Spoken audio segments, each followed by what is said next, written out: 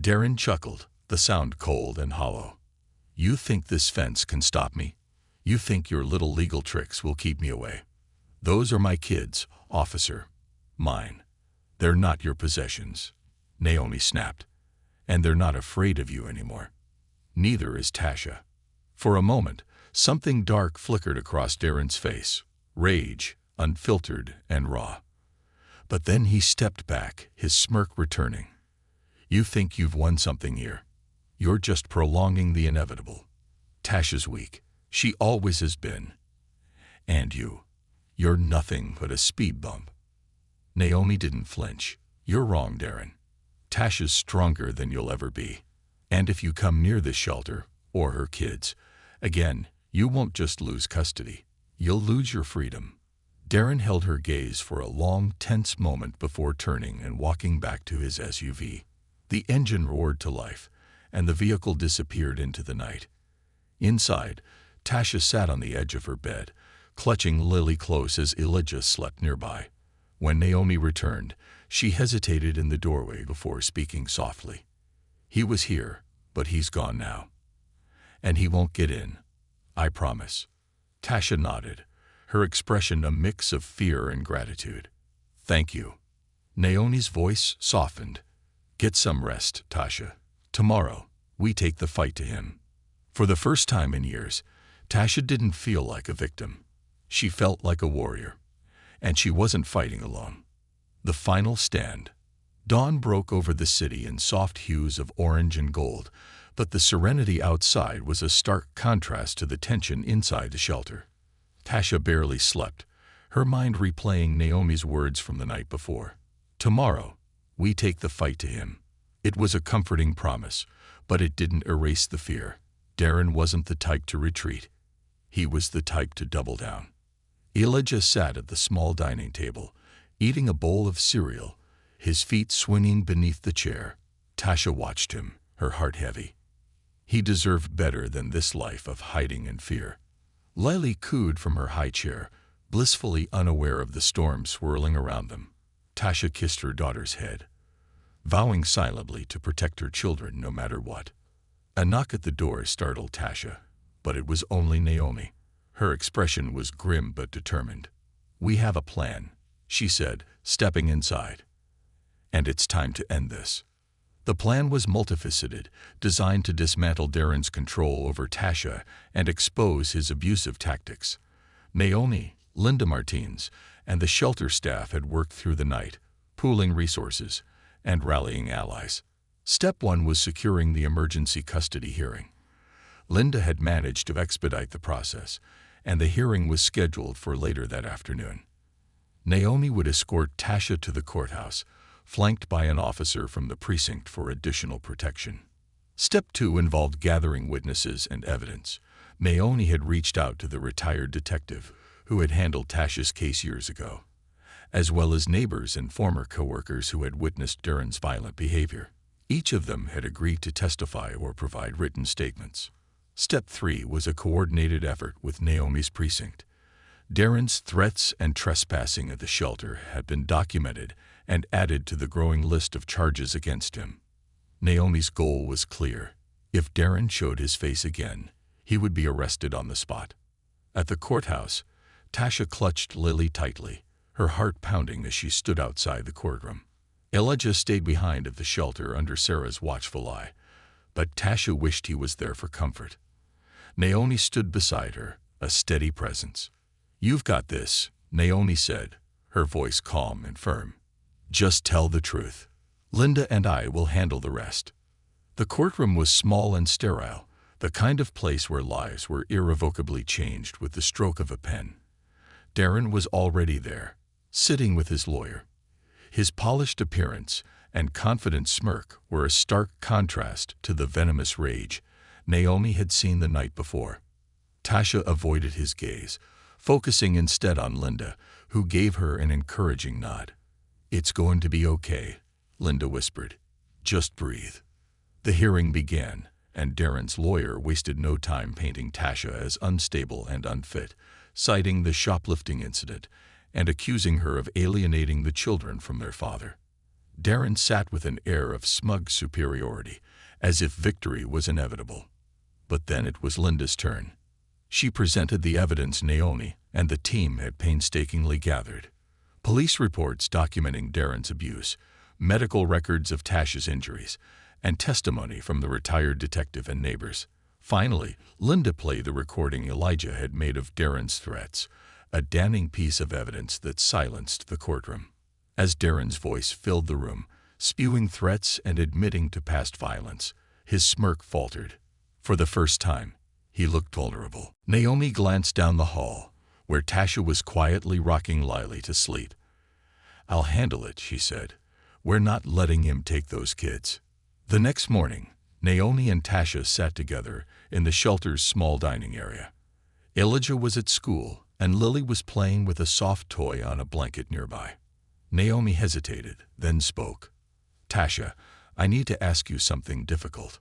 Tasha looked up, her expression wary but willing. "What is it?" Naomi leaned forward, her voice low. "We need to build a stronger case against Darren. That means going through everything, every incident, every threat, every time he hurt you or the kids. I know it's painful, but it could be the key to keeping him away for good." Tasha's hands trembled as she clasped them together. "I've told parts of the story before," she said softly. "To police, to social workers. But no one's ever really listened." "I'm listening now," Naomi said. "And so is Linda. This time, we're not just writing a report. We're building a shield strong enough to keep Darren out of your lives forever." Tasha nodded, tears brimming in her eyes. "Okay, I'll do it." Over the next few days, Tasha recounted her story in painstaking detail. Every bruise, every threat, every desperate escape. Naomi and Linda documented everything, compiling a dossier that painted a clear picture of Darren's abuse and manipulation. At the same time, Naomi reached out to other officers who had dealt with Darren in the past. She found a retired detective who remembered Tasha's first attempt to press charges years ago.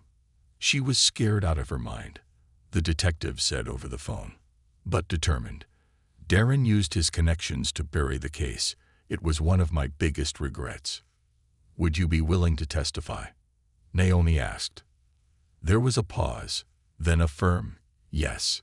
Despite their progress, the tension in the shelter was palpable. Tasha couldn't shake the feeling that Darren was closing in. Naomi stayed late every night, reviewing surveillance footage and coordinating with the shelter's staff. One evening, as Naomi prepared to leave, her phone buzzed with an alert. She frowned, pulling up the notification. It was a motion sensor triggered near the shelter's perimeter. The camera feed showed a dark figure lurking near the back fence. Naomi's heart raced as she grabbed her radio. "We've got movement on the east side," she said. "I'm heading out to check." Sarah's voice crackled through the radio. "Be careful, I'm sending someone with you." Outside, the rain had started again, a soft drizzle that masked the sound of footsteps. Naomi moved cautiously, her flashlight cutting through the darkness. She spotted the figure near the fence, a man trying to scale it. "Police," Naomi called out. "Step away from the fence." The man froze, then dropped back to the ground.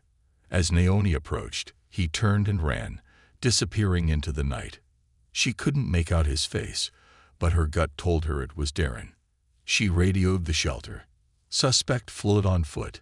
Increased security measures immediately. Inside, Tasha paced nervously, her arms wrapped around herself. "Was it him?" she asked when Naomi returned. "I'm not sure," Naomi admitted, "but we're not taking any chances. From now on, no one leaves the shelter without an escort. And I'll be here every night, until we get this resolved." Tasha nodded, though fear still flickered in her eyes. "Thank you." Naomi placed a hand on her shoulder. "You're stronger than you think, Tasha. We'll get through this. Together." As the night wore on, Naomi couldn't shake the feeling that Darren was gearing up for something big. He had always operated in the shadows, using others to do his dirty work. But now, with Tasha and the kids slipping further out of his grasp, he was becoming desperate. Naomi knew that desperation made him dangerous, but it also made him reckless, and reckless men made mistakes. Desperation's edge. The shelter buzzed with a quiet tension the next morning, the kind that creeps in when you know something's coming but can't see where or when. Naomi Delgado hadn't slept. She sat in the small office Sarah Chan had loaned her, reviewing footage of the shadowy figure from the night before. Though the image was grainy, something about the way the man moved sent a chill through her. Darren Hayes wasn't just circling, he was closing in. A sharp knock on the door pulled her from her thoughts. Sarah stood in the doorway, her arms crossed, her usually calm face tight with worry. "We just got a call," Sarah said. "A man claiming to be a lawyer for Darren Hayes wants the shelter to release Tash's children into his custody. He has paperwork he says proves Darren's right to take them." Naomi's stomach churned. "What did you tell him?" "I told him nothing," Sarah replied firmly. But he sounded confident. Too confident. "I'm worried, Naomi." Naomi leaned back slightly, taking in the room.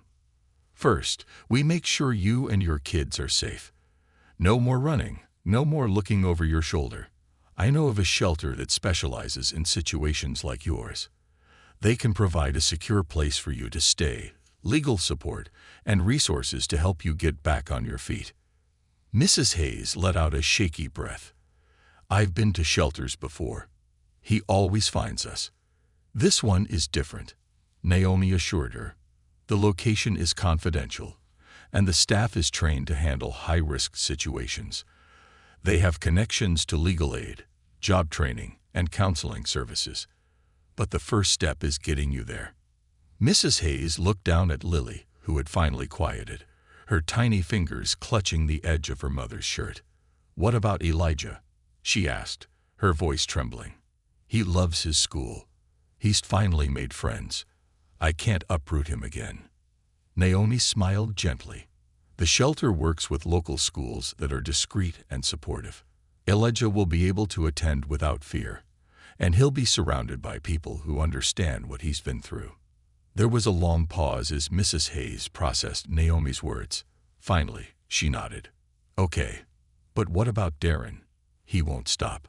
"He never does." Naomi's jaw tightened. "We'll deal with him too. I've seen men like him before. Controlling, manipulative, thinking they're untouchable. But they're not. Not when we work together." Elijah peeked out from the hallway, his wide eyes filled with concern. "Mom, are we leaving again?" Mrs. Hayes opened her arms, and Elijah ran to her, burying his face in her shoulder. "Yes, sweetheart," she said softly. "But this time, it's different. We're going somewhere safe." Naomi knelt beside him, her tone calm and reassuring. "Elijah, your mom is really brave, and so are you. We're going to a place where you and your sister can sleep without worrying about anything. How does that sound?" Elijah looked at her skeptically. "Will Darren find us?" Naomi's expression softened. "No, buddy. We're going to make sure he doesn't. That's my job, to keep you safe." He studied her for a moment, then nodded. "Okay." The drive to the shelter was silent, the storm outside finally beginning to subside. Naomi kept glancing in the rearview mirror, half expecting a car to tail them. Darren's reputation as a man who could bend the system to his will made her uneasy. But the night remained quiet, the streets empty except for the occasional car splashing through puddles. The shelter was a modest brick building tucked away on a quiet street. Its unassuming exterior gave no hint of the security measures in place: reinforced doors, shatterproof windows, and a surveillance system that monitored every corner. Sarah Chen, the shelter's director, greeted them at the entrance. Her warm smile and calm demeanor immediately put Mrs. Hayes at ease. "Welcome to new beginnings," she said, ushering them inside. "You're safe here." Elijah's eyes widened as he took in the space. The small apartment assigned to them was simple but clean, with 2 beds, a crib, and a tiny kitchenette. A basket of toys sat in one corner, and a handwritten note on the table read, "You're not alone." Mrs. Hayes sank onto the bed, cradling Lily, as if she couldn't believe the ordeal was over. Elijah wandered to the basket of toys, his fingers brushing over a stuffed dinosaur. "Thank you," Mrs. Hayes whispered to Naomi. "I don't know how to repay you." Naomi smiled. "You don't have to. Just focus on your kids and yourself. This is a fresh start."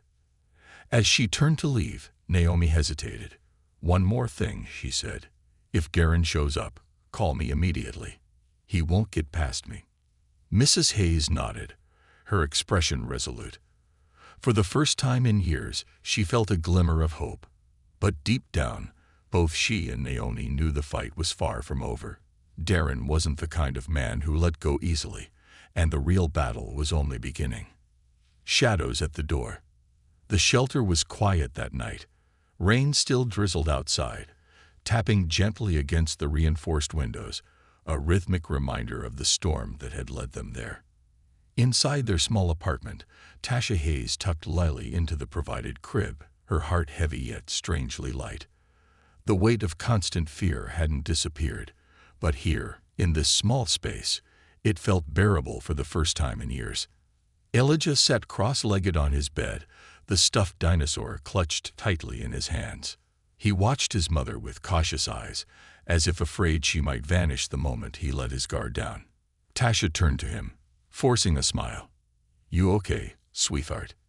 Elijah nodded, though his fingers fidgeted with the toy. "This place is nice," he said quietly. "But is Darren really gone?" "For good?" Tasha rose and picked up Lily, holding her close as tears welled in her eyes. For the first time in years, the tears weren't from fear or despair. They were tears of relief, of gratitude, of hope. "Good morning, little one," Tasha whispered, kissing Lily's forehead. "We're safe now, really safe." Naomi visited the shelter later that morning, coffee in hand, and a tired but triumphant smile on her face. She found Tasha in the communal kitchen, preparing breakfast for Elijah. Lily sat in her high chair, babbling happily as Elijah played nearby. "Tasha," Naomi greeted, setting the coffee down on the counter. "How are you holding up?" Tasha turned to her, a small but genuine smile on her face. "Better. It still feels unreal, though. Like he might show up any second." "He won't," Naomi reassured her. "He's not getting out of this one. The charges are ironclad, and with the restraining order in place, he wouldn't dare come near you even if he tried." Tasha nodded, her grip on the spatula tightening slightly. "I know. It's just, I spent so long being afraid. It's hard to believe it's over." Naomi leaned against the counter, her gaze steady. "It's not over, Tasha. Healing takes time. But you're not alone anymore. You've got support here at the shelter with Linda with me. And you've got your kids. They're your reason to keep moving forward." Tasha smiled again, this time with more confidence. "You're right. For them, I'll do whatever it takes." The weeks that followed were a whirlwind of change. Tasha enrolled in a job training program through the shelter and began working toward her long-lost dream of becoming a nurse. The program offered childcare for Lily and after-school tutoring for Elijah, giving Tasha the time and space she needed to rebuild her life. Elijah thrived at his new school, making friends and impressing his teachers with his resilience and intelligence. He no longer carried the burden of protecting his mother, and it showed in the way he laughed more freely and slept more soundly. Lily, too, grew stronger with each passing day. With proper nutrition and medical care, her health improved dramatically. Her giggles filled their small apartment, a reminder of how far they had come. One day, as Naomi stopped by the shelter for a routine check-in, she found Tasha sitting outside on a bench, watching Elijah play with the other children. Lily was in her lap, tugging at her mother's hair and laughing. "Tasha," Naomi greeted, sitting down beside her. "You look good." Tasha chuckled softly. "I feel good. I can't remember the last time I felt this. Free." Naomi nodded, her expression warm. "You've come a long way. I hope you're proud of yourself." "I am," Tasha admitted. "But I couldn't have done it without you, Naomi. Without the shelter, Linda, and everyone else who believed in us. You gave me the strength to fight back." Naomi smiled, touched by the sentiment. "You had that strength all along, Tasha. We just helped you find it." Tasha looked out at Elijah, who was chasing a ball with a grin on his face. "For the first time, I feel like we have a future. A real future. And I'm not going to waste it." Months later, Tasha and her children moved into their own apartment, a small but cozy space filled with warmth and love. Tasha had secured a part-time job at a local clinic while continuing her nursing studies. Elijah decorated his room with drawings of their family and new adventures, and Lily learned to take her first steps on the living room carpet. Naomi remained a part of their lives, checking in from time to time and celebrating each milestone with them. On one such visit, Tasha handed her a framed picture Elijah had drawn. It was of their family, with Naomi standing beside them, a shield in her hand and a smile on her face. "Your family now," Tasha said, tears in her eyes. "You'll always be part of our story." Naomi accepted the drawing with a lump in her throat. It's been an honor to be part of it. As Tasha closed the door behind Naomi that evening, she felt a sense of peace she hadn't known in years. Her past no longer defined her. She was a survivor, a fighter, and above all, a mother determined to give her children a life filled with love and possibility. For the Hayes family, the storm had passed, and in its wake, they had found something stronger than fear: hope. Tasha nodded slowly, her resolve hardening. "I won't let him take my kids." That afternoon, Naomi received a call from one of her precinct contacts. Darren had been spotted at a local diner, meeting with an associate known for shady dealings. Naomi's gut told her he was planning something, and she didn't intend to wait around to find out what. She called Sarah and Linda, organizing an emergency meeting. "We need to act fast," she said. "Darren's up to something, and we can't let him catch us off guard." Linda frowned. "If he's making a move, we need to get ahead of him. I'll file for an emergency protective order, but we'll need more evidence to make it stick."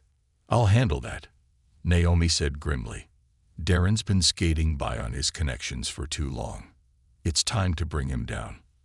Later that night, as Tasha tucked Elijah into bed, she whispered, "No matter what happens, I love you."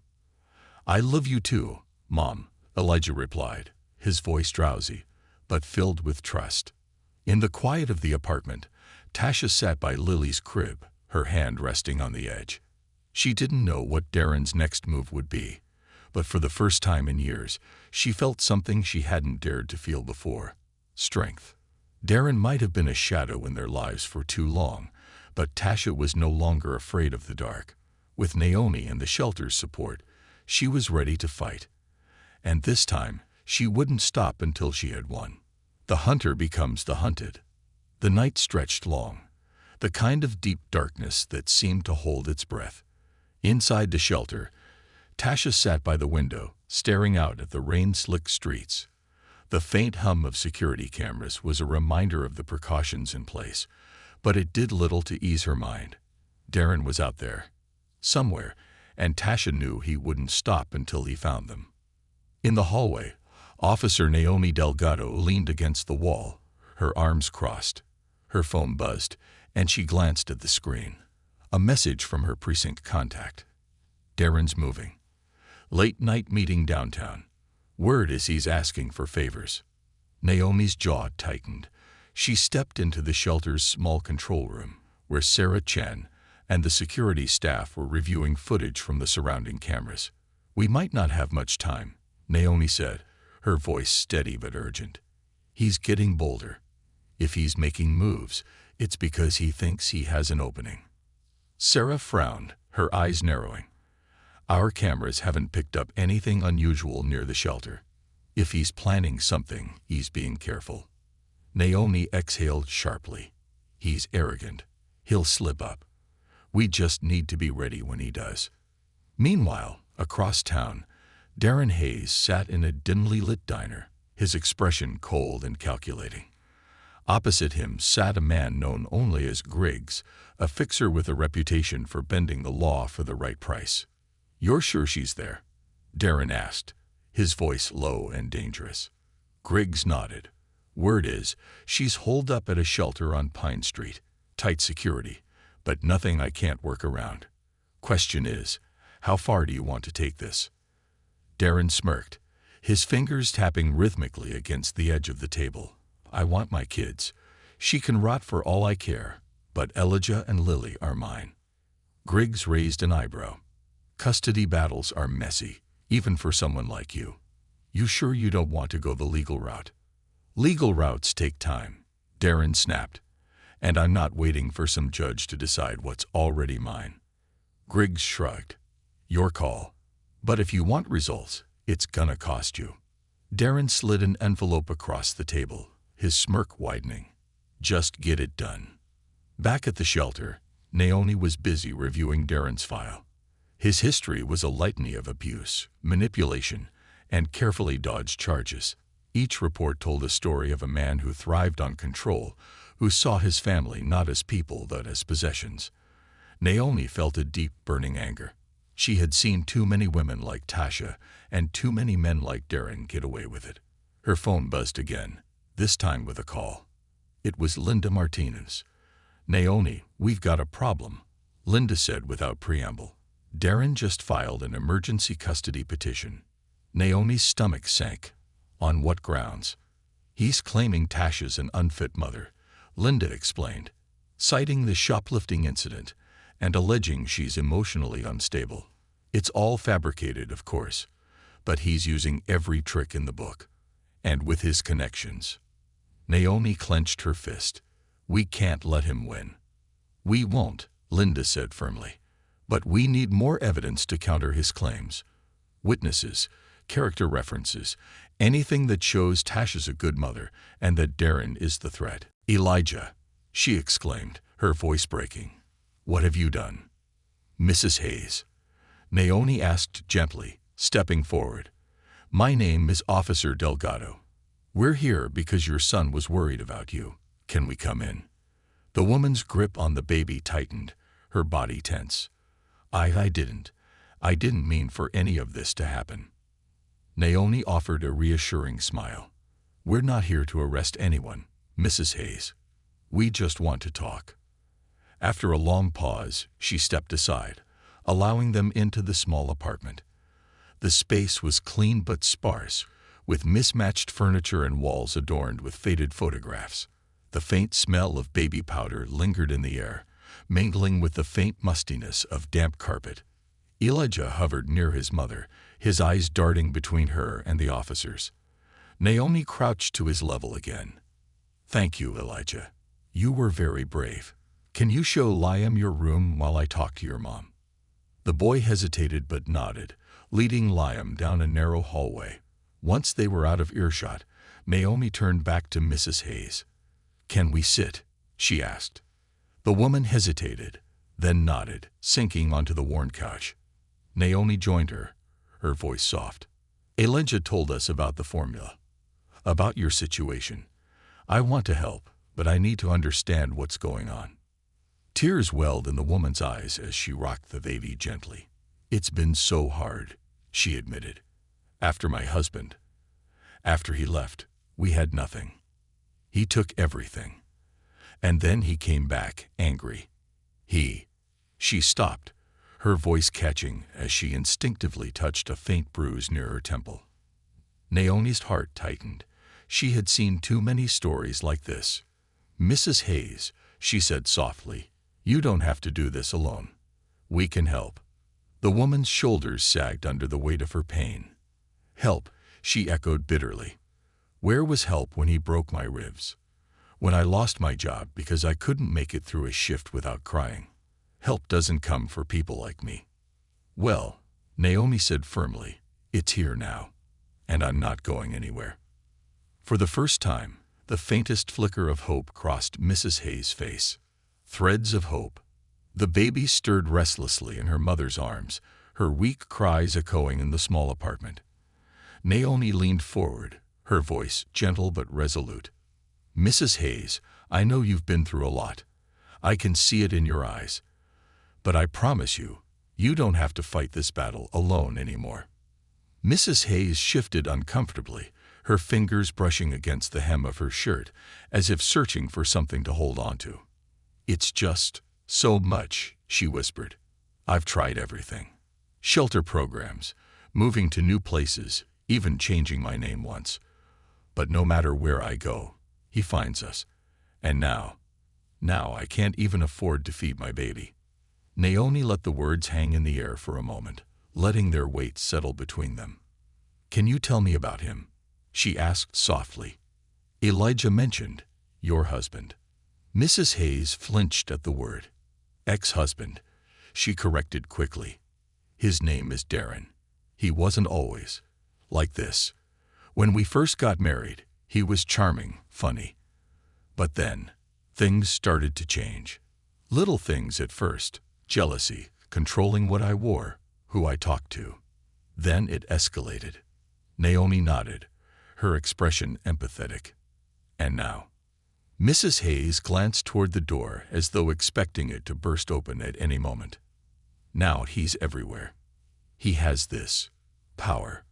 Friends in high places, people who look the other way when he shows up uninvited, or when he loses his temper. I've filed restraining orders. I've pressed charges. It doesn't matter. He always finds a way around it. The baby whimpered again, and Mrs. Hayes adjusted her hold, her hand trembling as she stroked the infant's cheek. Lily was premature, she said, her voice breaking. She needs special formula, and it's so expensive. When my SNAP benefits were denied again, I didn't know what else to do. Elijah, he's too young to understand, but he's always watching, always trying to protect me. It's not fair. He shouldn't have to. Naomi felt a swell of emotion rise in her chest. Elijah's bravery in coming to the station, his desperation to save his mother, it all made sense now. Mrs. Hayes, you're doing the best you can, Naomi said softly. But you're right. This isn't fair to you or your children. That's why we're here. We're going to figure this out together. For the first time, Mrs. Hayes met Naomi's gaze fully. There was skepticism there, but also a flicker of something else. Hope, tentative and fragile. What can you do? She asked, her voice barely above a whisper. Naomi stood, her jaw set. Let me handle it. He's bluffing. Darren's used to bullying his way through life, but we're not playing by his rules. That afternoon, Naomi called Linda Martinez, updating her on the latest development. This isn't just about the custody petition, Naomi said. He's trying to intimidate us. If he's willing to fake legal documents, he's not far from trying something more drastic. Linda sighed on the other end of the line. I've seen it before. Men like Darren don't see their families as people. They see them as property. And when they lose control, they lash out. I'll push for an expedited hearing. But Naomi, if he escalates. Naomi's voice hardened. We'll be ready. Meanwhile, in their small apartment within the shelter, Tasha was trying to maintain some semblance of normalcy. Elijah sat at the table working on a homework assignment, while Lily napped peacefully in her crib. Tasha watched her son scribble answers onto a worksheet, her heart aching with a mix of pride and guilt. Elijah had been through so much for a boy his age, too much. And yet, here he was, determined to keep moving forward. Hey, bud, Tasha said, pulling out a chair beside him. How's it going? Elijah shrugged, his brow furrowed. It's okay, I guess. Math's hard. Tasha smiled softly. You've always been good at math. Remember when you used to help me count coins for groceries? He looked up at her, a small smile breaking through his serious expression. Yeah, I was really good at finding quarters in the couch. They both laughed, the sound a rare but welcome reprieve. For a moment, it felt almost normal, but then Elijah's face grew serious again. Mom, are we really going to be okay? Darren's not going to find us, right? Tasha reached over, brushing a hand through his hair. We're going to be okay, she said firmly, though her voice wavered just enough to betray her own doubts. Officer Delgado and the people here, they're helping us. And I'm not running anymore, Elijah. I promise. Elijah nodded slowly, his trust in her unwavering despite everything they'd been through. Okay, Mom. Later that evening, Naomi met with Tasha in the shelter's small lounge area. Tasha, I need to prepare you for something, Naomi said, sitting across from her. Darren's not giving up. He's trying to use the legal system against you, and I think he's planning something else too. Tasha's hands clenched in her lap. What can I do? I don't have the money or the power he has. Every time I've fought back, he's just found another way to hurt us. You're already doing it, Naomi said gently. You're here. You're standing up for your kids, for yourself. And this time, you're not alone. Linda's pushing for an emergency hearing to solidify your custody rights, and I've got contacts in the precinct keeping an eye on Darren's movements. Tasha hesitated, her eyes brimming with unused tears. What if it's not enough? Naomi leaned forward, her voice firm but compassionate. It will be. Because you're stronger than you think, and because Darren's arrogance is his weakness. He thinks he's untouchable, but he's not. We'll bring him down, Tasha. I promise. The shelter's security team remained on high alert that night. Naomi stayed close, pacing the corridors like a guard dog ready to strike. She had stationed officers outside the shelter and doubled the perimeter patrols. Still, she couldn't shake the nagging feeling that Darren was already one step ahead. And she was right. Around midnight, an alert blared from the shelter's security system. Naomi sprinted to the control room, where Sarah and 2 guards were already huddled around the monitors. The grainy footage showed a dark SUV idling near the back gate. A man stepped out, his features obscured by a hoodie, but the way he moved was unmistakable. It's him, Naomi muttered. He's testing us. The man approached the gate, rattling it as if testing its strength. When he realized he couldn't get through, he stepped back, his face tilting toward the camera. Though the hood cast a shadow, his expression was clear, defiant, taunting. Naomi grabbed her radio. Keep the cameras rolling. I'm going out. Sarah reached for her arm. Naomi, don't. I'll be fine, Naomi said, but he needs to know we're not afraid of him. Outside, the air was cold and damp, the faint smell of rain lingering. Naomi approached the back gate cautiously, her flashlight cutting through the darkness. The man stood just beyond the fence, his posture relaxed, but his presence menacing. Darren Hayes, Naomi called out, her voice steady. You're trespassing on private property. Leave now, or I'll have you arrested. Darren smirked, his hands slipping into his pockets. Nice to finally meet you, Officer Delgado. You've been busy, haven't you? Naomi's grip on her flashlight tightened. This isn't a game, Darren. Turn around and leave before you make things worse for yourself. Tasha's chest tightened. She knelt in front of him, brushing a strand of hair from his forehead. I don't know, Eli, she admitted, her voice trembling with honesty. But what I do know is that we're safe here, and we're not alone anymore. Elijah stared at her for a long moment before nodding. Okay, Mom. Meanwhile, in her office just down the hall, Naomi Delgado sat across from Sarah Chen, her brows furrowed as she reviewed the latest updates on Darren Hayes. Sarah, always calm and composed, tapped a pen against her desk, her expression pensive. I spoke with our legal contact, Naomi began. Darren has a history of manipulating the system, pulling strings, using his connections. He's well practiced at dodging restraining orders and making life hell for Tasha. But this time, we're building a stronger case. Sarah leaned back in her chair. Does Tasha know how far this might go? Men like Darren don't just give up. If he finds out she's here. He won't, Naomi interrupted firmly. This shelter is more secure than anything she's had before. Plus, I'm keeping a close eye on him. If he even breathes near this place, I'll know. Sarah's lips quirked in a small smile.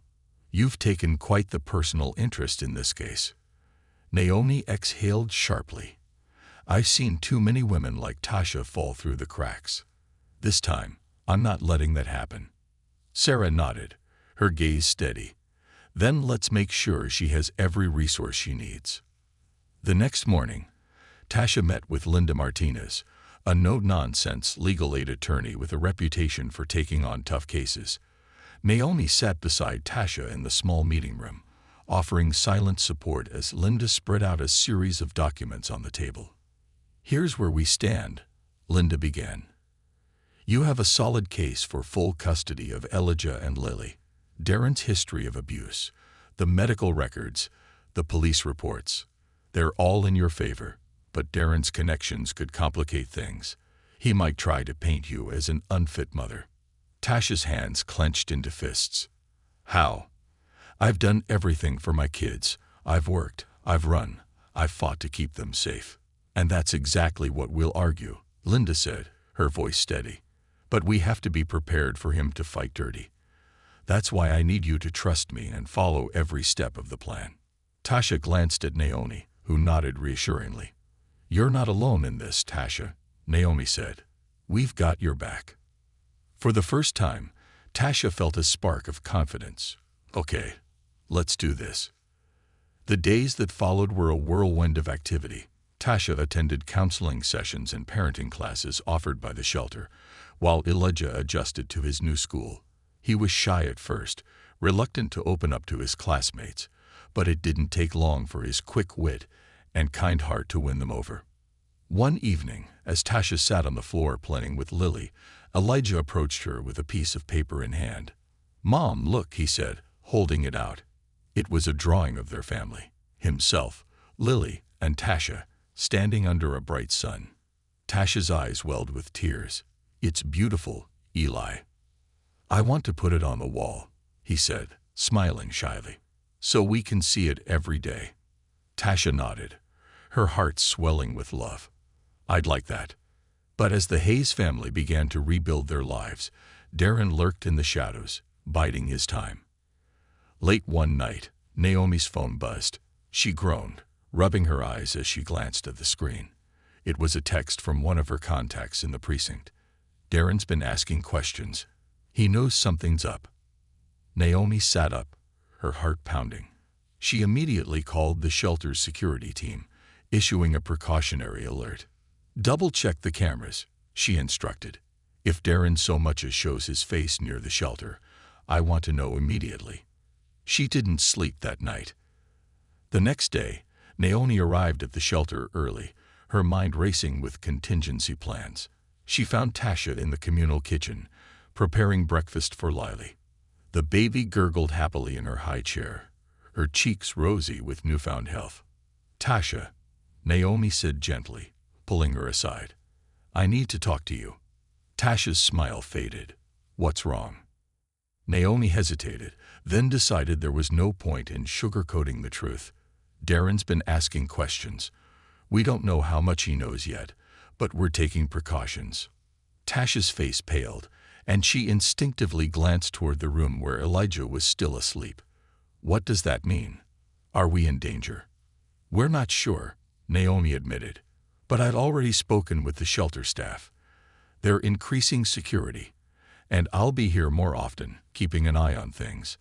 Tasha's shoulders sagged, the weight of fear pressing down once again. I thought we were finally safe. We are, Naomi said firmly, but we have to stay vigilant. Darren's used to scaring you into submission.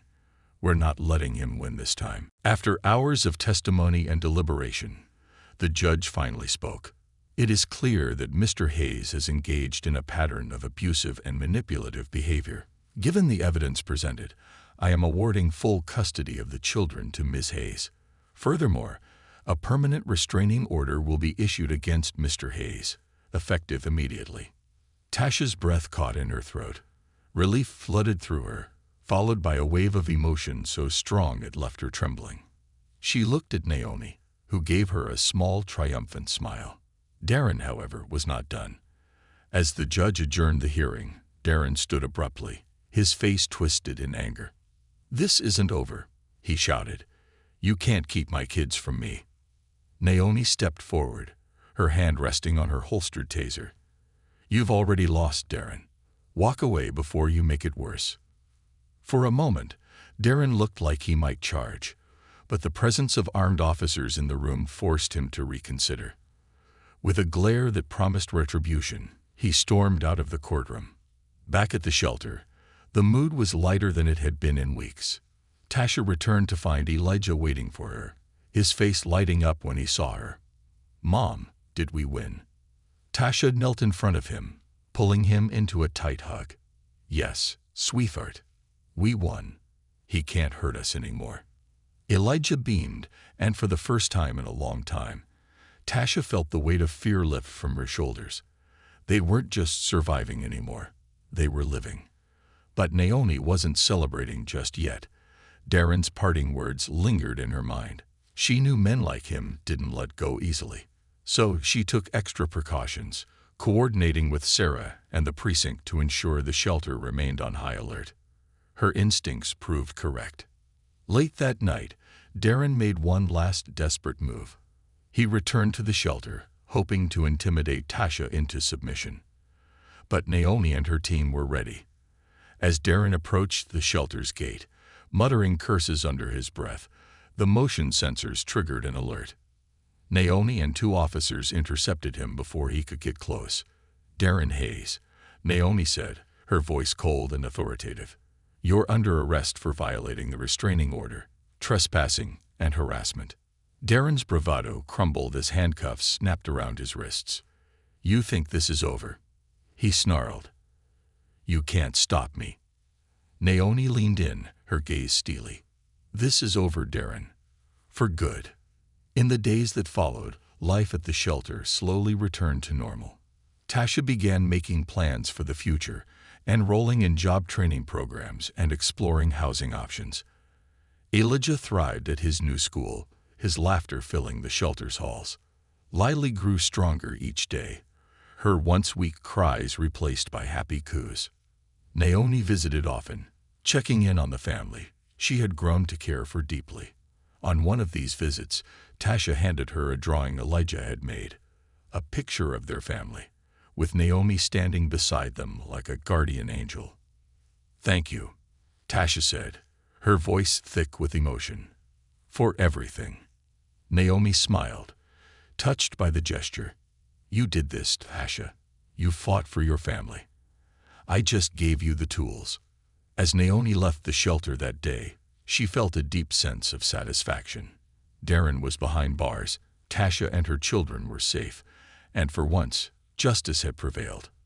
And though the road ahead wouldn't be easy, Naomi knew one thing for certain: the Hayes family was finally free. A new dawn. The arrest of Darren Hayes was the moment Tasha Hayes had waited for, but never thought would come. News of his incarceration spread quickly through the shelter and to the precinct, sparking a wave of relief and cautious optimism.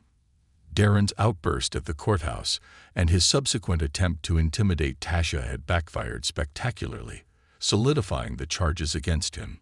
Naomi Delgado ensured every detail was logged and every law upheld to keep him behind bars for as long as possible. But even as Darren was escorted away in handcuffs, Tasha couldn't shake the emotional toll his presence had left. For years, she'd lived with the weight of his threats and violence, and while the immediate danger was gone, the scars remained. She knew healing wouldn't happen overnight. The next morning, Tasha awoke to a rare sound: silence. No banging on doors, no angry shouts, no distant footsteps filled with dread. Instead, the soft coos of Lily stirred her from sleep. Tasha sat up in bed, the sunlight streaming through the window, warming her face. Elijah was still asleep in his bed, clutching the stuffed dinosaur he'd grown so attached to during their time at the shelter. The storm. The sky churned ominously as rain battered the windows of a quiet suburban police precinct. The kind of storm that seemed to seep into your bones, carrying a strange tension that no amount of warmth could chase away. Officer Naomi Delgado sat at her desk, her fingers idly tapping on the edge of her coffee mug. The night shift wasn't usually busy, just a handful of routine calls and minor disturbances. But tonight, something felt different, as if the air itself carried an unspoken warning. Her musings were interrupted by the sudden jingle of the front door bell. Naomi's head snapped up, her gaze locking onto a figure so small and soaked that for a moment she thought her eyes were playing tricks on her. A boy, no older than 9, stood in the entryway, his drenched hoodie clinging to his tiny frame. His face was pale, lips trembling, but his eyes were what struck her most. They burned with a mix of desperation and determination that she couldn't ignore. "Help," he croaked, his voice barely audible over the pounding rain. "Please."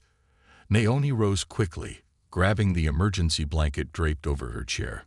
She crouched in front of him, her voice gentle but firm. "Hey there, sweetheart. You're safe now.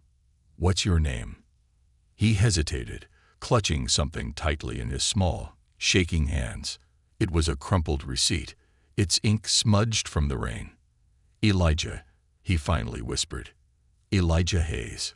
"All right, Elijah," she said, draping the blanket over his shoulders. "Can you tell me what's going on? What's got you out in this weather all by yourself?" Elijah looked at her, his eyes brimming with tears. "You have to arrest my mom." Naomi blinked, momentarily thrown off by his words. Of all the things she'd expected, this wasn't it. Arrest your mom. Why do you think we'd need to do that? She did something bad. Elijah stammered, his voice quivering. "She stole. She always tells me stealing is wrong. But she did it anyway. And now everything's falling apart. My little sister won't stop crying. And my mom won't either. Please, you have to make it stop." Naomi's heart ached at the sight of the boy's distress. She placed a comforting hand on his shoulder. "Elijah, where is your mom right now? Can you tell me what happened?" He nodded, though his grip on the receipt tightened. "She's at home. Our apartment on Maplewood Avenue. She stole baby formula for my sister, Lily. She's just a baby. Mom said she didn't have any money, and Lily's been sick. She needed it." The receipt slipped from his hand, fluttering to the ground. Naomi picked it up, smoothing it out. Her eyes scanned the words. "Wilson's Pharmacy, infant formula. Chez Uplifting. Unpaid." Her stomach sank. "Elijah," she said softly, "you're very brave for coming here, but I need you to help me understand more. Is your mom in trouble? Is there someone hurting her?" For a moment, Elijah didn't answer.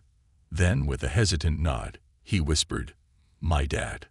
The pieces began to click together in Naomi's mind. She rose, gesturing for her partner, Officer Liam Carter, who had been watching the exchange from his desk. "Liam, grab your coat. We need to check this out." Elijah's eyes widened with panic. "Are you going to take her away?" "Please don't. She's not bad. She's just trying to keep us alive." Naomi crouched again, her voice calm and steady. "No one's taking your mom anywhere right now, Elijah. I promise. We just want to help her. But we need you to come with us so we can make sure everything's okay. Can you do that for me?" Elijah hesitated, then nodded. "Okay." The rain was relentless as their patrol car wound through the dimly lit streets. Elijah sat quietly in the back seat, his small hands fidgeting with the blanket still draped around him. Naomi glanced at Liam, whose jaw was set in that grim way it always was when they were heading into an unknown situation. "Third building on the left," Elijah murmured, pointing toward a weathered apartment complex. The place looked as tired as its occupants probably were, with peeling paint and a flickering streetlight casting eerie shadows. As they approached the door to apartment 2B, Naomi could hear faint sounds from inside. A baby's cries mingled with the soft hum of a woman's voice, soothing and desperate all at once. Elijah stepped forward hesitantly, his hand hovering over the doorknob. "Mom," he called softly. "I'm back. I brought someone to help." The door creaked open, revealing a woman who looked no older than 30 but carried an exhaustion that made her seem decades older.